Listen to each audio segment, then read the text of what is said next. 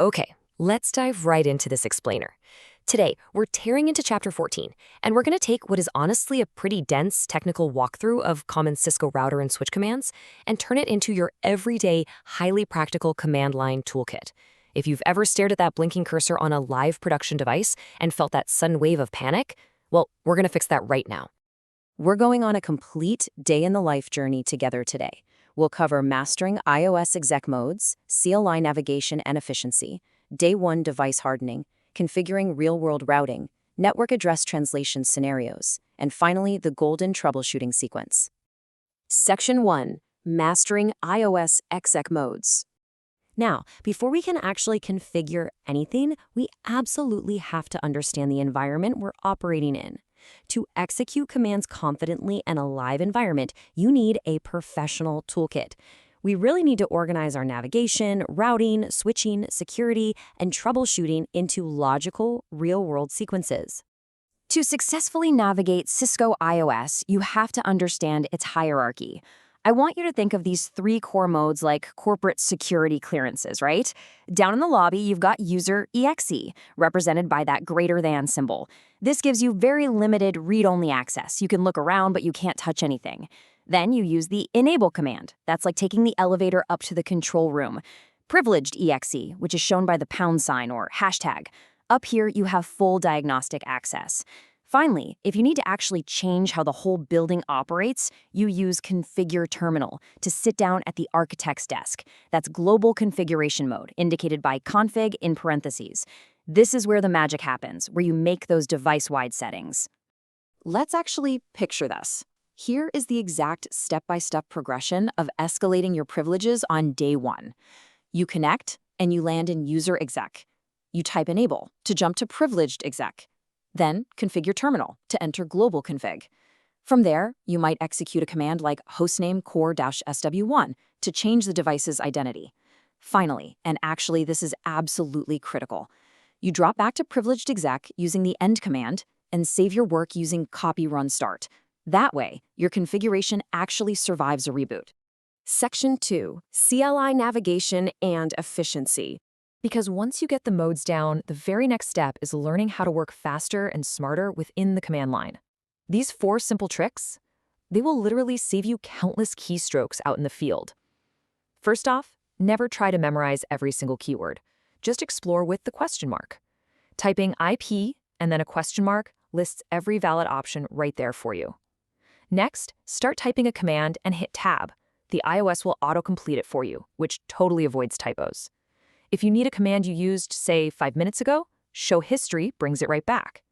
And my absolute favorite, if you were buried deep inside configuration mode and suddenly need to run a verification check, just put the word do in front of your command.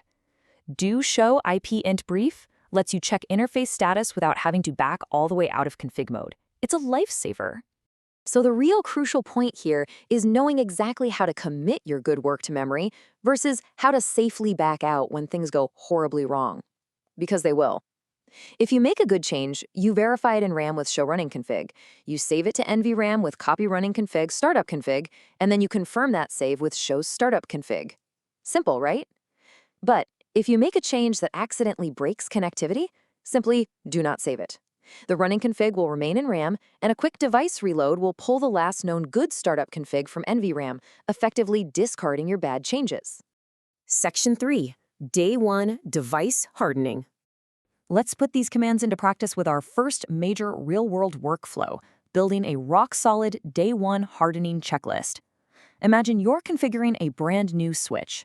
Order matters here, folks. Step 1. Enable secret to set your privileged exec password. Step 2, service password encryption to ensure absolutely no plain text passwords are ever visible. Then you secure the console line with a password and a strict 5-minute auto logout timer. Finally, you save the configuration. Notice why setting your enable secret password before you ever save the config is a non-negotiable absolute must. Think about it. If you save before securing the device, an unsecured configuration writes straight to flash. That means anyone with physical access after a reboot could easily take over. And while you're setting up the device identity, never, ever forget this powerful warning about your message of the day, or MOTD banner. Using the banner MOTD command isn't just about writing a friendly little welcome text for your fellow engineers. It is literally your legal shield. If you do not explicitly state that access is for authorized users only and that unauthorized use is subject to prosecution, any future legal action against a malicious intruder could actually be severely compromised. Section 4. Configuring real-world routing. Okay, the device is secure. Now it's time to connect it to the rest of the world. Let's walk through a very common, highly practical example. Imagine you're configuring an edge router that connects your internal OSPF network to your internet service provider. First, you configure a default route pointing to the ISP's next hop address. Let's say it's 203.0.113.1. Use the command iproute 0.0.0.0.0.0.0.0 followed by that IP. Second, you run show IP route to verify it actually appears as an S*, which marks it as the active candidate default. Finally, you dive into router OSPF1 and use the command default information originate. This is brilliant because it injects that default route into your routing protocol. Suddenly, every other internal router on your network automatically learns exactly where to send unknown internet traffic, and you didn't even have to touch them. Now, if you are stepping up to the big leagues with BGP, the workflow is equally logical. Say your local autonomous system is 65001. You start the process with router BGP 65001. Then you define your external neighbor at the ISP. Let's pretend their IP is 203.0.113.1 and their AS is 65,000. Because those AS numbers differ, the router automatically knows, this is eBGP. Next, you use the network command to advertise your exact public subnet out to the ISP. And you wrap it up by running show BGP summary to verify that the neighbor state transitions to established and that those prefixes are successfully being exchanged. Section 5. Network address translation scenarios. Routing successfully gets your packets out to their destination, but NAT? NAT ensures they have the right return address to actually make it back to your internal hosts. In the real world, we mostly face two very specific translation challenges. Let's walk through them. Scenario 1 is PAT, or Port Address Translation, for a small office. Picture an entire internal subnet, like 192.168.10, that needs to share just one single public WAN IP. You solve this by creating an access control list to match the inside subnet, and then you configure NAT on the outside interface using the overload keyword. This tracks outbound connections by their port number, so literally everyone in the office can browse the web simultaneously on that one IP. Scenario 2 is static NAT. Imagine you have a single internal web server sitting at 192.168.1.10.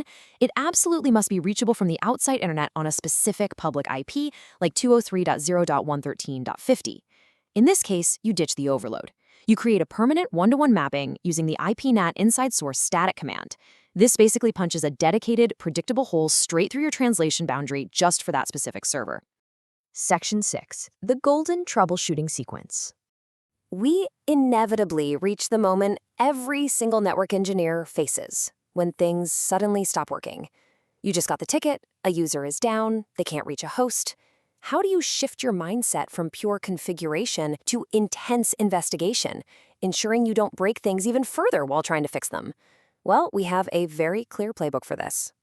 Before you type a single diagnostic command, you have to ground yourself in 4 foundational principles. First, master the big 3 show commands: show IP interface brief, show IP route, and show running config. Together, these 3 alone answer about 80% of all questions on any given network. Second, always save your work after a fix. Unsaved configurations are just permanently lost the second a reload happens.